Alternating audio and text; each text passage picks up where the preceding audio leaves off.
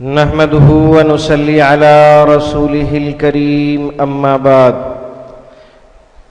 فأعوذ بالله من الشيطان الرجيم بسم الله الرحمن الرحيم وَلَقَدْ يَسَّرْنَا الْقُرْآنَ لِلذِّكْرِ فَهَلْ مِن مُدَّكِرٍ یقیناً ہم نے قرآن مجید کو بالکل آسان بنا دیا ہے سمجھنے کے لیے، کیا کوئی ہے جو اس سے نصیحت حاصل کرے؟ اللہم صلی علی محمد وعلی آل محمد کما صلیت علی ابراہیم وعلی آل ابراہیم انک حمید مجید۔ اللہم بارک علی محمد وعلی آل محمد کما بارکت علی ابراہیم وعلی آل ابراہیم انک حمید مجید۔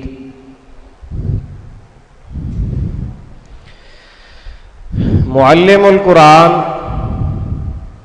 علامات کے ذریعے قرآن سمجھانے والی ایک عظیم کتاب ہے جو کہ شارٹ کورس کہا جاتا ہے۔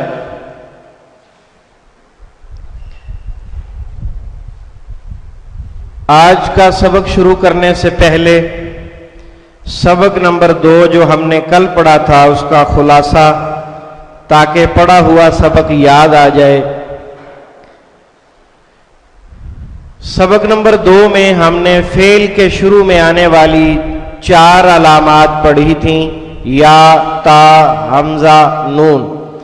ان میں سے یا کا معنی وہ، تا کا تو، تم، آپ، حمزہ کا میں، نون کا ہم۔ ان میں سے تا کا ایک معنی اور بھی استعمال ہوتا ہے اور وہ ہے وہ ایک مؤنث، اور کبھی اس کا الگ ترجمہ ممکن نہیں ہوتا۔ اسی طرح حمزہ کا ایک معنی اور بھی استعمال ہوتا ہے اور وہ ہے صفت کے زیادہ ہونے کا مفہوم۔ اللہ اکبر اس کی مثال ہے۔ اسی طرح ایک آخری بات سبق کے آخر میں بطور نوٹ ہم نے پڑھی تھی کہ یا، تا، حمزہ، نون چاروں علامتوں پر ان کے اوپر پیش ہو اور آخر سے پہلے زبر ہو تو ترجمہ میں کیا جاتا ہے یا کیا جائے گا کا مفہوم پایا جاتا ہے۔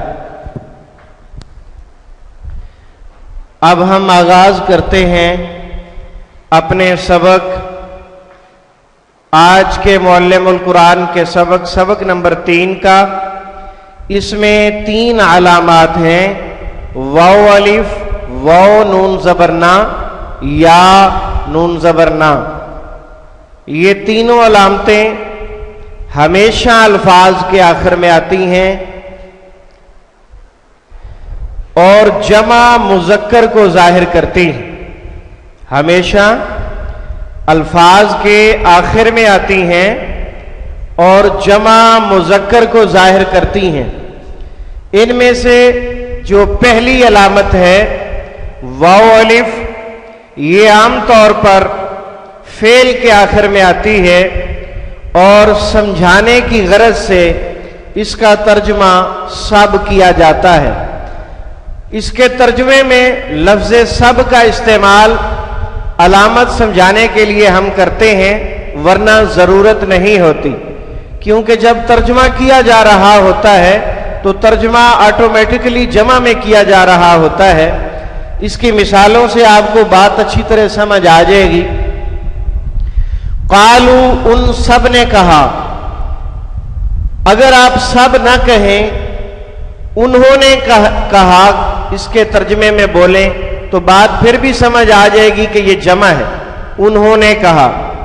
تو ہم رنگوں کی علامات سے چونکہ پڑھاتے ہیں، اس لیے سمجھانے کی غرض سے اس کا ترجمہ سب کیا گیا ہے۔